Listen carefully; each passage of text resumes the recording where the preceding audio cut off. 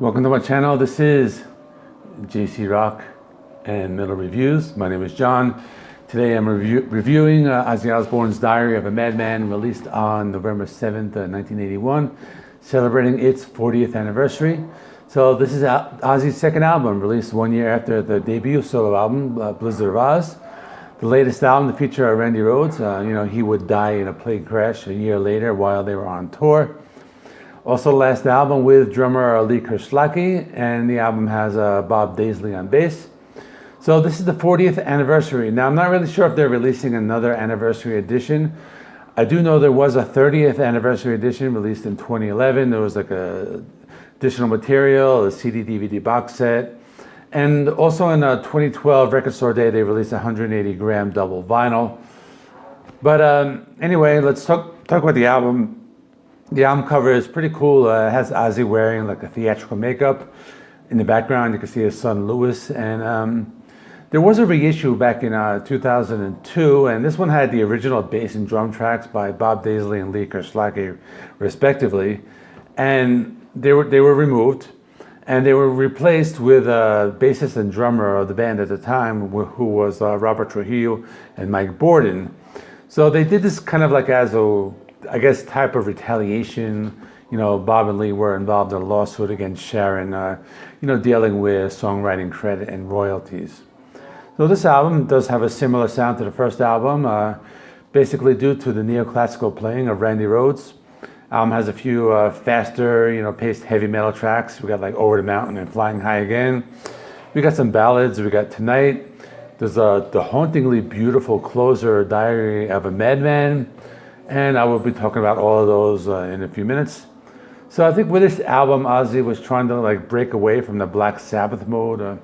Keep in mind, Black Sabbath had just released like Mob Rules, which was the second album with Ronnie James Dio. That was about a week ago. I also have a full review. You can kind of, I'll link it to the end.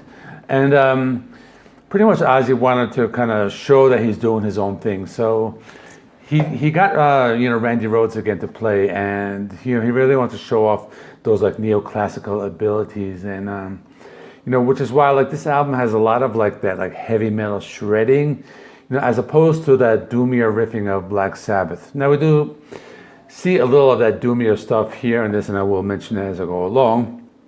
But I think the guitar playing of Randy Rhoads really stands out on this album. He has a very distinct style. I think it was like never matched by any of the subsequent guitarists that Ozzy would later have in his albums. And if you notice, Ozzy always like really chose a really killer guitarist on like pretty much all of his albums. So the album does have 8 songs. It's about 43 minutes. So let me go through the tracks. First song, Over the Mountain, starts with an iconic chugging guitar riff, ends with a guitar lick by Randy Rhoads. The drumming is very fast. It has some melodic breakdown in the middle, followed by a bridge and a solo, just shreds. Flying High Again, kind of a slower pace, more of like a classic rock sound. And on this song, you do hear the bass guitar very well.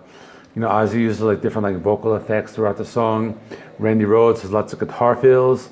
Guitar solo is very iconic, and the song has a very like a full sound. I really like the production on this. Like all the instruments do, stand out. Next is You Can't Kill Rock and Roll. It's the longest song on the album, 7 minutes. So there's an acoustic intro. Ozzy has more like a melodic vocal performance. And the song is a power ballad, so it has like the heavier chorus that follows the first verse. Now I really like the neoclassical orchestration on the song. You do hear the clean guitar licks very well. The bass guitar also stands out really well. And especially like towards the end of the song, you really hear that like thick bass sound.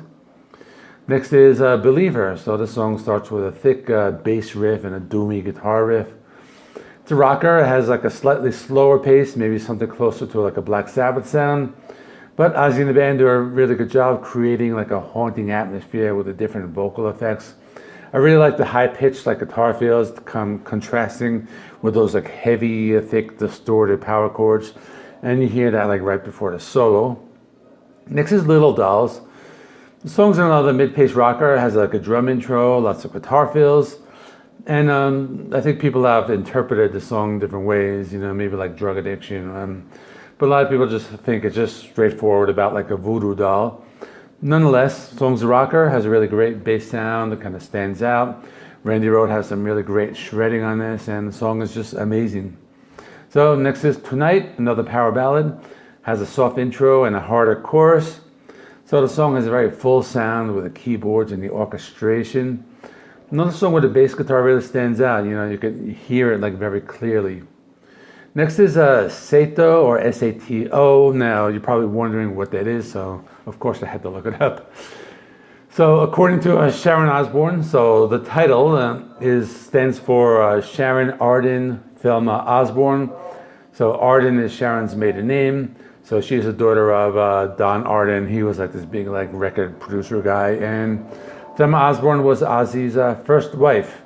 So the song itself is kind of like psychedelic, I guess. It has like a very atmospheric intro. All the instruments do come together. But the song eventually takes off, kind of sounds a little more like classic Black Sabbath.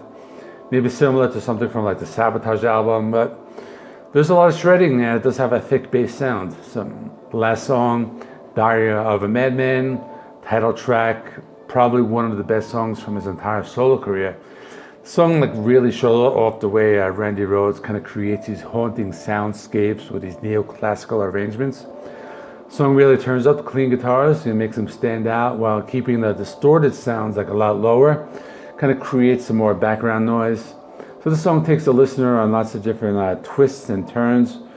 You hear some violins in the background, some scary choir singing towards the end, and this song is just a masterpiece. That's all it is.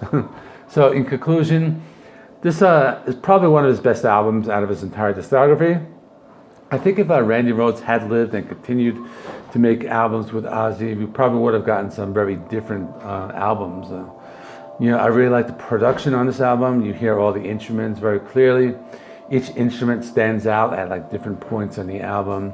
The musicianship is kind of at its highest level out of any of the Ozzy albums. The album is just basically a killer. So let me know what you think in the comments. Up next, doing some classic rock and metal reviews. So tomorrow, Led Zeppelin 4 celebrating 50 years.